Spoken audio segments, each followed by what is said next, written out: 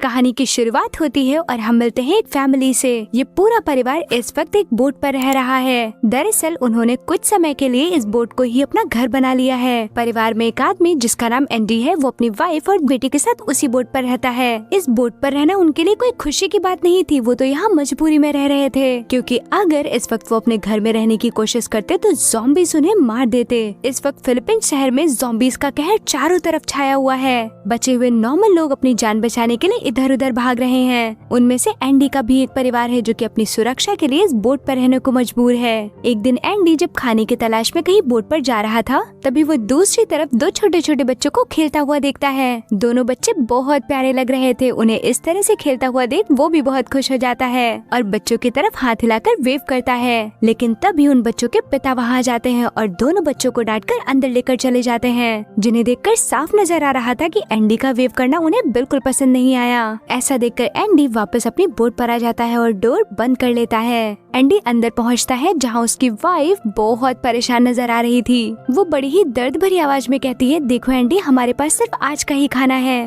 और तुम्हें क्या लगता है इतने खाने में हम जिंदा रह पाएंगे? मेरी मानो तो हम दोनों को इस बोट को तुरंत ही छोड़ देना चाहिए। हमें तो एक टाउन पर चलना चाहिए। मुझे तो डर है कि कहीं हम ज़ॉम्बी से बचते बचते भूख से न मारे जाएं। एंडी भी बिल्कुल वैसा ही करना चाहता है जैसा उसकी वाइफ चाहती है, लेकिन इस वक्त वो ग्राउंड पर जाकर कोई भी रिस्क नहीं ले सकता।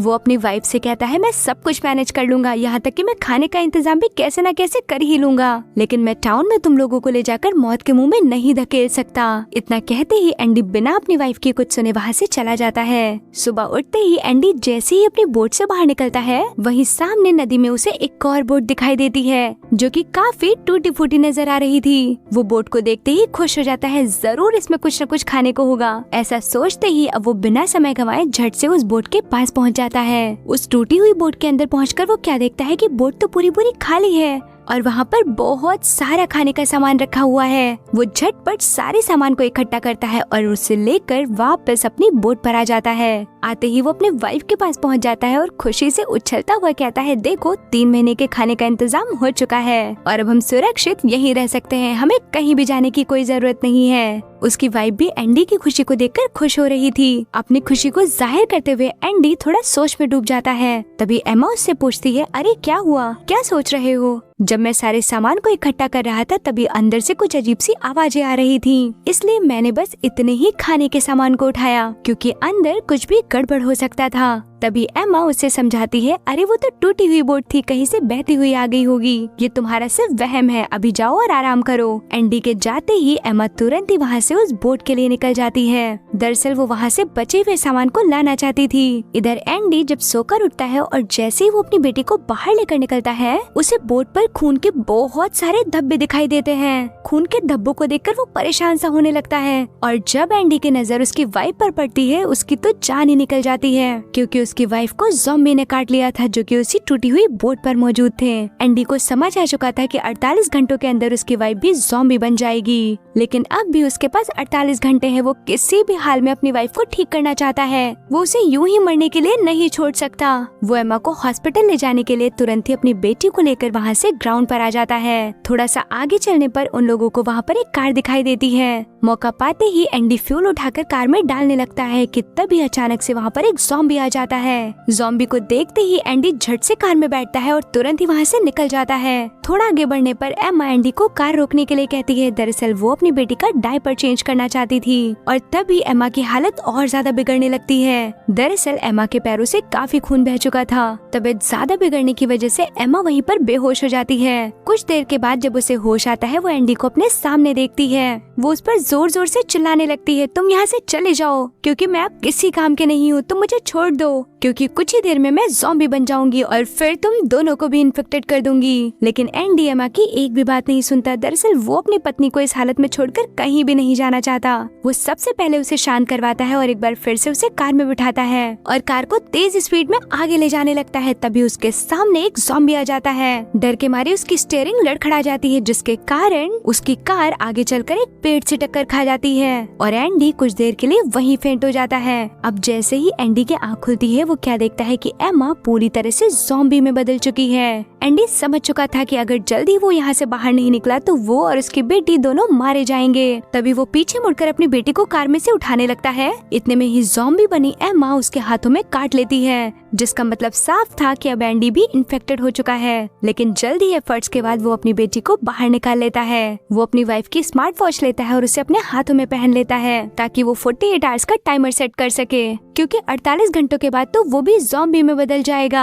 और अब उसका काउंटडाउन यहीं से शुरू हो चुका था। दरअसल एंडी ज़ॉम्बी बनने से पहले अपनी बेटी को किसी न किसी सुरक्षित स्थान पर पहुंचाना चाहता था। वो अपनी बेटी को शोल्डर्स पे बिठाकर अपना रास्ता पैदल ही तय करता है। थोड़ा आगे जाने पर उसे फिर से एक भटकता हुआ ज़ॉम्बी नजर आता है। अब एंडी सबसे पहले उस ज़ॉम्बी को खत्म करने की प्लानिंग बनाता है। वो उसे मारने ही वाला होता है कि तभी उसके सामने एक बच्ची आ जाती है। वो एंडी से रिक्वेस्ट करती है कि वो उसके पिता को न मारे, और इतने में ही वो बच्ची अपने हाथों में कट लगा लेती है, जिसके कारण उसके हाथों से खून बहने लगता है। खून की स्मेल आते ही उसके पिता अपनी बेटी की तरफ मुड़ जाते हैं। और इधर एंडी का रास्ता साफ हो चुका था। तो फाइनली अब वो उसी टाउन में पहुंच चुका था जिस टाउन के बारे में उसे उसकी वाइफ ने बताया था। एंडी वहां पहुंचकर एम्मा के टीचर से मिलता है, जो कि बहुत ही अच्छी थी। वो एंडी के जख्मों पर मरहम लगाती हैं और उसे खाना भी ऑफर करती हैं। अब एंडी सोचने लगता है क्यों ना अपनी बेटी को इनके ही पास छोड़ दिया जाए। लेकिन कुछ ही देर में बातचीत के दौरान उसे पता चलता है कि टीचर को कैंसर है और वो ज्यादा दिन तक जिंदा नहीं रहने वाली। अब ये पता चलते ही एंडी का तो दिमाग खराब हो जाता है। वो तुरंत ही अपना प्लान बदल देता है। वो अपनी बेटी को किसी भी हाल में यहाँ नहीं छोड़ना चाहता।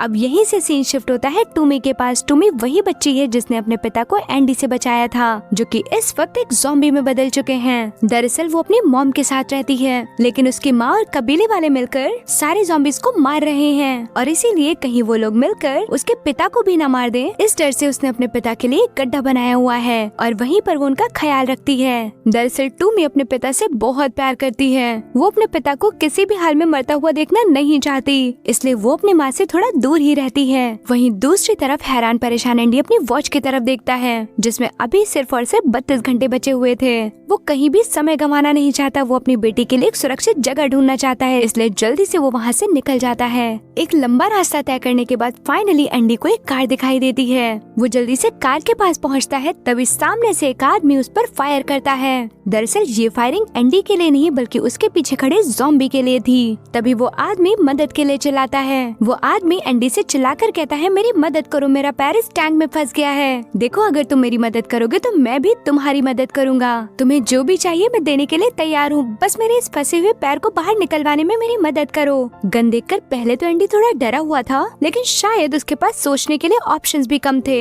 अब एंडी उस आदमी की हेल्प करता है और फाइनली उसे वहाँ से बाहर निकाल लेता है। वो अपना नाम जैक बताता है और एंडी को अपने साथ चलने के लिए ऑफर करता है। तुमने मेरी मदद की है, तुम मेरे साथ चल सकते हो। दरअसल मैं तुम्हें दिखाना चाहता हूँ कि मैं क्या काम करता हूँ। वो उससे अपने साथ उस जगह लेकर आता है जहाँ पर वो रहता था। तभी एंडी की नजर एक केज पर पड़ती है जिसमें बहुत सारे ज़ॉम्बीज़ बंद थे। तभी जैक कहता है, अरे हैरान होने की जरूरत नहीं है, मैं इन ज़ॉम्बीज़ को शिकार के रूप में इस्तेमाल करता हूँ। मैं पहले एक ज़ॉम्बी को मारता हूँ और उसके खून की गंध से दूसरे ज़ॉम्बीज़ यहाँ पर आ जाते हैं और इसी पिंजड़े में फंसे रह जाते हैं, और फिर मैं बड़ी ही चालाकी से उन सारे ज़ॉम्बीज़ को इसी पिंजड़े में बंद कर देता हूँ। दरअसल जैक उन ज़ॉम्बीज़ को मारने के बाद उनकी सारी कीमती चीजों को कलेक्ट कर लेता है ताकि जरूरत आने पर वो अपने लिए इनका इस्तेमाल कर सके। तभी एंडी की नजर एक दूसरे केज पर पड़ती है जिसमें टूमी भी थी। टूमी तो बिल्कुल ठीक है, फिर आखिर इस आदमी ने उसे क्यों बंद करके रखा, और वहीं दूसरी तरफ एक ओल्ड मैन भी। लेकिन इस वक्त एंडी के पास जैक पर विश्वास करने के अलावा और कोई ऑप्शन भी तो नहीं था। इधर एंडी जैक की वाइफ के पास अपनी बेटी को छोड़ देता है और जैक के साथ कुछ और चीजों के बारे में पता करने के लिए निकल जाता है। वो जैसे ही शेल्टर होम वापस आता है, क्या देखता है कि उसकी बेटी उसकी वाइफ के साथ बहुत अच्छे से रह रही है। ये देखते ही वो चैन की सांस लेता है कि फाइनली उसे अपनी बेटी के लिए कोई मिल चुका है जो उसकी बेटी को बिल्कुल अपने जैसा प्यार दे सकती है। और अब वो अपने आप को शूट करने लगता है क्योंकि उसके पास कुछ ही घंटे बचे हुए थे। तभी जैक की वाइफ दौड़ते हुए वहाँ जाती है। वो एंडी को ऐसा करने से मना करती है, रुक जाओ, ऐसा बिल्कुल मत करो जैक, जिसे तुम अच्छा आदमी समझ रहे हो वो बहुत ही बुरा इंसान है, और तो और वो मेरा कोई हस्बैंड भी नहीं है। मेरा हस्बैंड जिसे उसने मार दिया और ज़ॉम्बीज़ के आगे खाने के लिए छोड़ दिया, और उसने मजबूरी में मुझे यहाँ कैद करके रखा हुआ है। तुम्हारी बेटी यहाँ पर बिल्कुल सुरक्षित नहीं है। वहीं जैक कुछ ही दूर पर खड़ा इन दोनों की बातें सुन रहा था। जैक को जैसे ही आवाज हुआ कि एंडी को मेरा पूरा सच पता चल चुका है, वो बड़ी ही चालाकी से जोरदार वेपन से उसके सर पर वार करता है और फिर एंडी को टूमी के साथ पिंजड़े में बंद कर देता है।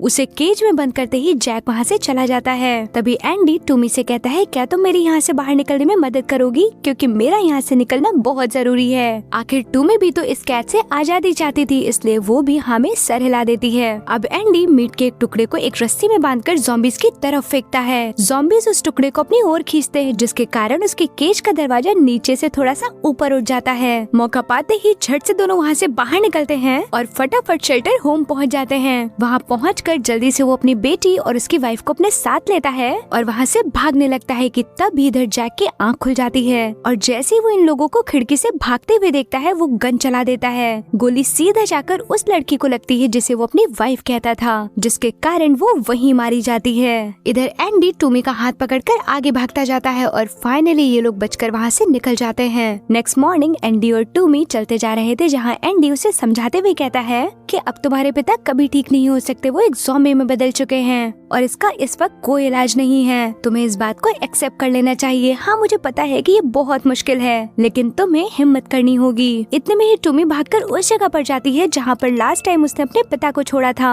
वहाँ पहुँचकर वो क्या देखती है कि उसकी माँ ने उसके पिता को मार दिया है और उसके पिता को भी बाकी ज़ॉम्बीज के साथ वहीं बंद कर दिया। ये देखते ही वो अपने सर को पीटने लगती है कि तभी उसे एंडी की बेटी की रोने की आवाज सुनाई देती है। वो भागकर फटाफट वहाँ पहुँचती है जहाँ वो एंडी को गिरा हुआ देखती है। वहाँ पहुँचते ही टूमी झट से उस छोटी सी प्रिंसेस को अपनी गोदी में उठा लेती है और क्या देखती है कि एंडी की तबीयत बिगड़ रही है। इधर एंडी अपने आप को काम डाउन करता है और फिर टूमी से कहता है कि मैं उस जगह जाना चाहता हूँ जहाँ मैं अपनी वाइफ के साथ पहले नदी में रहा करता था। दरअसल उसी नदी के पार एक परिवार रहता है जिनकी 2 बेटियां हैं और शायद वो जगह मेरी बेटी के लिए सुरक्षित है। मैं अपनी बेटी को वहीं छोड़ना चाहता हूँ। टूमी भी उसे नदी तक गाइड करने के लिए रेडी हो जाती है। वहाँ पहुँचकर तो एंडी खुश हो जाता है क्योंकि वो फैमिली अभी वहीं रह रही थी। वहाँ पहुँचकर वो टॉम से मिलता है जो कि उसे बताता है कि उसकी वाइफ को ज़ॉम्बी ने काट लिया है और इस वक्त वो भी ज़ॉम्बी बन चुकी है। वो उसे अपनी गन दिखाता है और उससे कहता है इसमें 6 गोलियां हैं। मैं अपने पूरे परिवार के साथ खुद को भी मार लूंगा और फिर भी इसमें 2 गोलियां बची रह जाएंगी। तुम चाहो तो तुम भी अपनी बेटी के साथ अपने आप को खत्म कर सकते हो,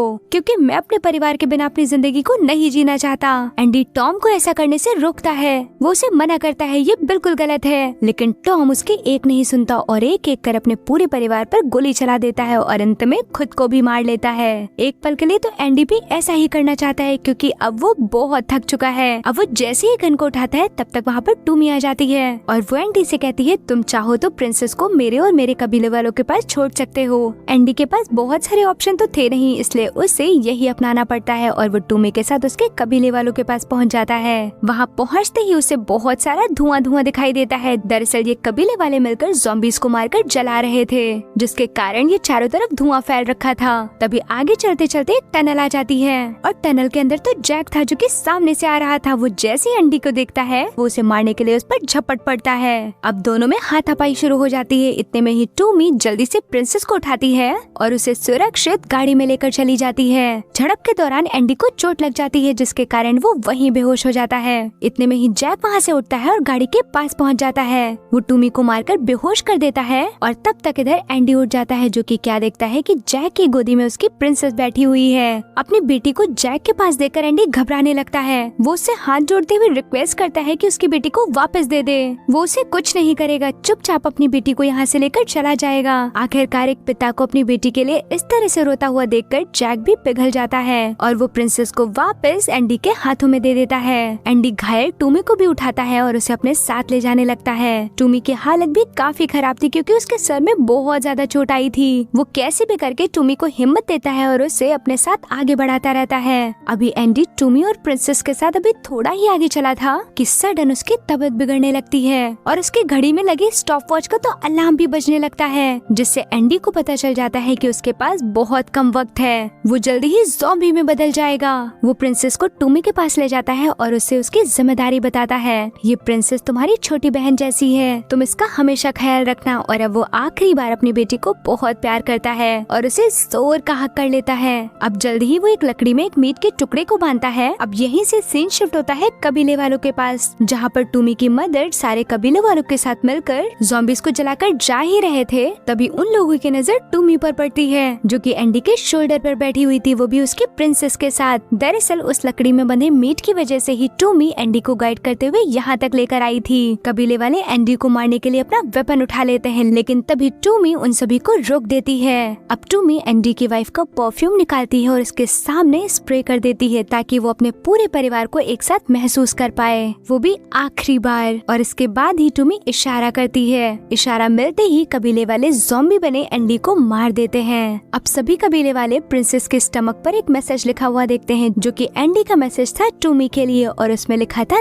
थैंक यू, जिसे पढ़कर टूमी के साथ साथ उसकी माँ भी बहुत इमोशनल हो जाती है। और अब वो सभी मिलकर टूमी के पिता की तरह ही एंडी को भी वहीं दफना देते हैं ताकि इन्फेक्शन आगे तक ना फैले और सभी सुरक्षित रह सके। तो फाइनली एंडी के इतने एफर्ट के बाद उसकी बेटी को एक सुरक्षित परिवार मिल गया था। टूमी भी अपने साथ एक छोटी बहन को पाकर बहुत खुश थी। और इसी के साथ ये मूवी यहीं पर एंड हो जाती है। सो फ्रेंड्स, आपको ये मूवी कैसी लगी हमें कमेंट सेक्शन में जरूर बताएं। हमारे चैनल को लाइक करें, शेयर करें और सब्सक्राइब करना तो बिल्कुल ना भूलें। और हम आपके लिए ऐसी ही इंटरेस्टिंग सी और भी वीडियो लाते रहें, जिसके लिए हमें कमेंट सेक्शन में जरूर कमेंट करें। फ्रेंड्स, आपका एक लाइक हमें बहुत ज्यादा मोटिवेशन प्रोवाइड करता है। So don't forget to like, share and subscribe to my channel. Thank you for watching the video.